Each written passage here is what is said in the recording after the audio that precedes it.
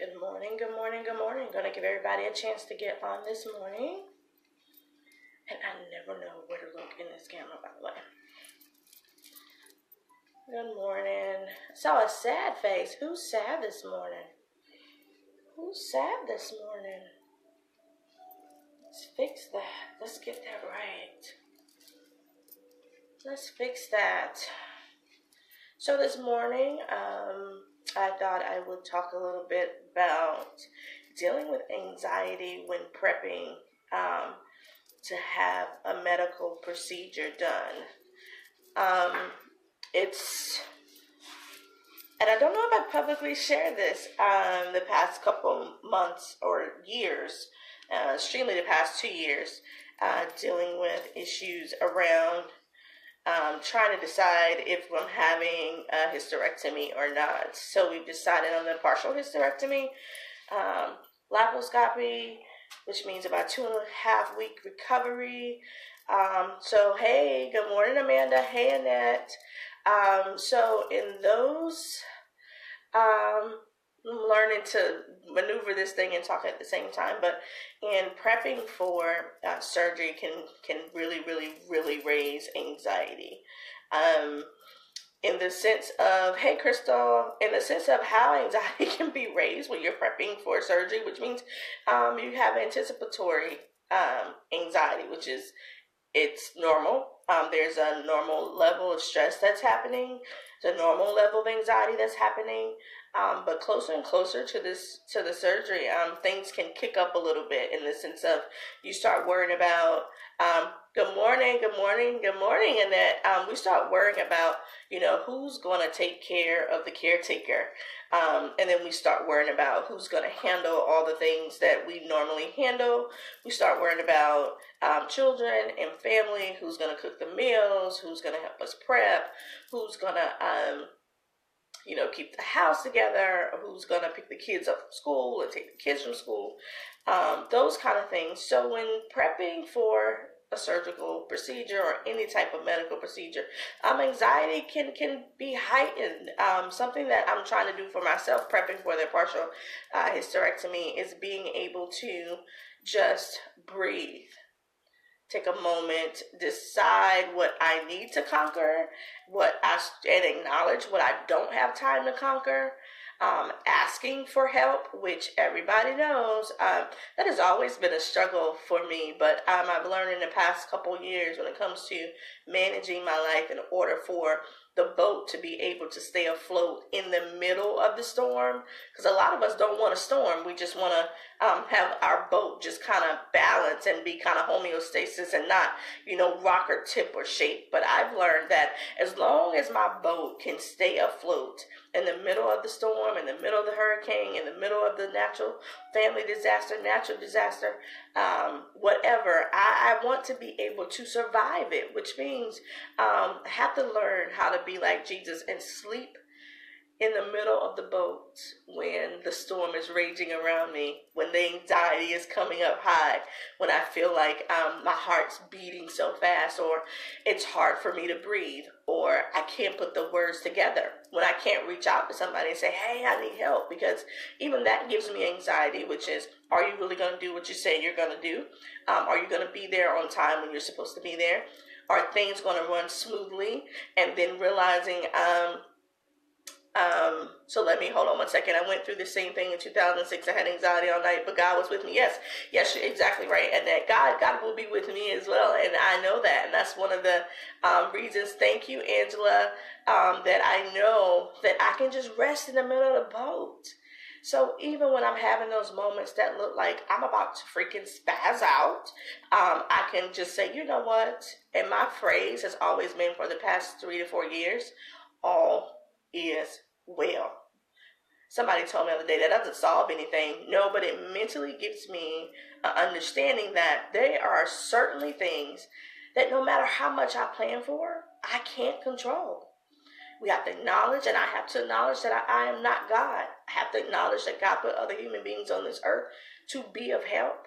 And I have to also acknowledge that even when it seems like, I can't breathe, or my heart is racing, or I'm really sweaty, or my palms are sweaty, it's the fact that this thing will go exactly the way that God intends for it to go.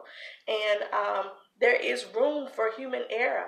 No, nobody's going to be exactly at the school at the same time I normally am to pick up my kids. Nobody's going to, prep my food for me exactly the way I like it. Nobody's going to pick up behind me, clean up behind me exactly the way I like it. But, I thank God for those who have volunteered. I thank God for my family and for my mom. Thank God she's still here to be able to help me through this. My husband, taking care of the kids and maintaining and running the house and doing the things that need to be done with my mom. And then other family and friends who have stepped up to be able to, and I don't dare mention their names because I know that's not their thing, to help me get my kids from school and get them to me at the house and my mom, and then be able to acknowledge that all is well. So I'm sharing part of my personal experience with you all this morning, and sometimes having that anxiety moment while you're prepping for something medical or going through something in your life that you just simply can't control is learning to surrender to the process and be okay to be right there in the midst of the storm, no matter what the storm is. And to be able to rest. The passage that talks about Jesus being able to surrender to the process. Jesus just simply telling the disciples, why are you scared? Yes, the ship is rocking. But in other words, do you know who you have in the boat with you? And in other words, I'm Lord. I am in the boat with you. And if I'm resting, why are you worrying? Why are you anxious? Why are you toiling? Even to the point of stepping, and being out of the boat and being out on the water and bidding Peter to come to him, of understanding that you don't only have to be able to fall asleep in the middle of the boat.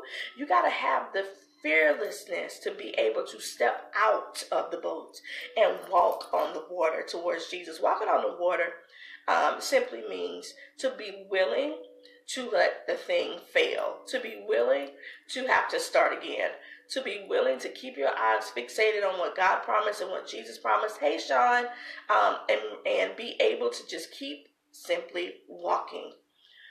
Walking on the water means putting one foot in front of the other. And sometimes, we want to run because we're like, oh my God, I'm going to fall. No. Make a list. And make general list. And then in that general list, make smaller steps. And then make sure those smaller steps are smart. Make sure they're small and measurable and attainable, and that they can be tracked. And so in those things, making sure that you can check that off. Yes, I got somebody to pick up the kids. Check it off. Yes, I got somebody to pick me up from the hospital. Check off. Yes, I got somebody to bring me home. Yes, check. Yes, I have somebody to make sure the first 4 days of meals are covered. Check. Yes, I've got somebody to help my kids with homework. Check. Yes, I have somebody to keep my office running on a float and another counselor and stand by to be able to help them. Yes, yes, yes. Check, check, check.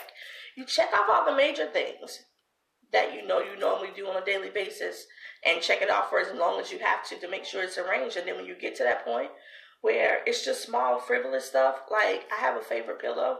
I'm sorry, anybody knows about me, that I just bought, by the way. And so I want my favorite pillow. I have a bed that I just bought, and I'm like, I want to get in my bed. But you know what that requires? A step stool. Like, who would have thought? So just acknowledging that I may have to be, in the couch watching the bigger TV for a couple of days, which I'm okay with. But getting out of our comfort zone causes us anxiety sometimes. Putting our life in the hands of others, which is literally what we're doing when we're having a surgical procedure. But I really want to view it as putting my hands in God's hands. And God gave the surgeons and the doctors the skills and the gifts, and then trusting that God is going to do what God is going to do to maintain their hands and keep them steady, and that the Spirit will do the rest of the work. Is acknowledging that though we have anxiety, we have to keep going, we have to keep pushing.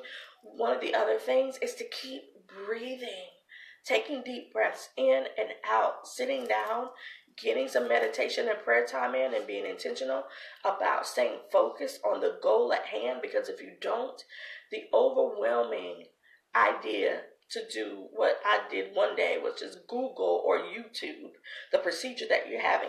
Don't do it. It will cause you to go into a tizzy. It will cause you to go into this whole spiral of Well, what is the doctor going to do? Is it going to look like that? Is the procedure going to go like that? Am I going to feel like this person? Stop watching YouTube videos. Stop Googling everything. Just trust God to do what God's going to do. Trust the surgeons to do what they're going to do. And focus on you staying calm and relaxed and steady and doing the things that you have to do up until the day to prep. So in the midst of the face of anxiety while prepping for some type of procedure to be done, you just have to remember there's only so much you can handle. 2, you need to get a team and some help around you. 3, know that God is going to be God all by God's self. 4, know that these people are already skilled and trained. 5, ask all the questions that you have. And while you're asking questions, realize that there are some thoughts that may be irrational, which is thoughts that happen because of other thoughts, because we're looking for evidence. And sometimes there's no evidence, and you just have to trust God to be God. So I pray this morning that you're able to use some of these skills that I'm using to overcome whatever troubles or anxieties that you're having around deciding if you're going to have a surgical procedure or not. And just take some deep breaths and outweigh the cons and the pros and make sure that it's very beneficial for you and that you trust the team that you're working with, and then relax and surrender to God. And remember my phrase, all is well. God bless you all.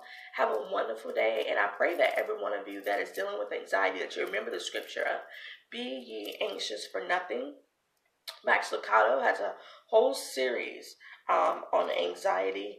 And when I get back from my procedure, we're going to be starting a group for anxiety, a counseling group, and we'll have a support group as well. So look forward and keep on the videos. I'll be posting as soon as I'm able, talking about how I'm recovering and the aftermath and pulling myself back together and learning to be still and learning to trust God. So I hope that you follow me on this journey. Don't forget, I have a YouTube channel, Rev AOL, and we have Instagram, which is the same, Rev AOL, and then we have a web page, Facebook page, The Soul Healing Coach. So please like those pages, share those pages, download the videos, and watch the videos. I pray this has helped someone this morning. Good morning, Miss Vanessa. Good morning, Miss Shonda. Good morning, Miss Mamie. I've got to go to work, y'all. God bless you all, and I will continue talking to you daily about the process. Be blessed. Bye-bye.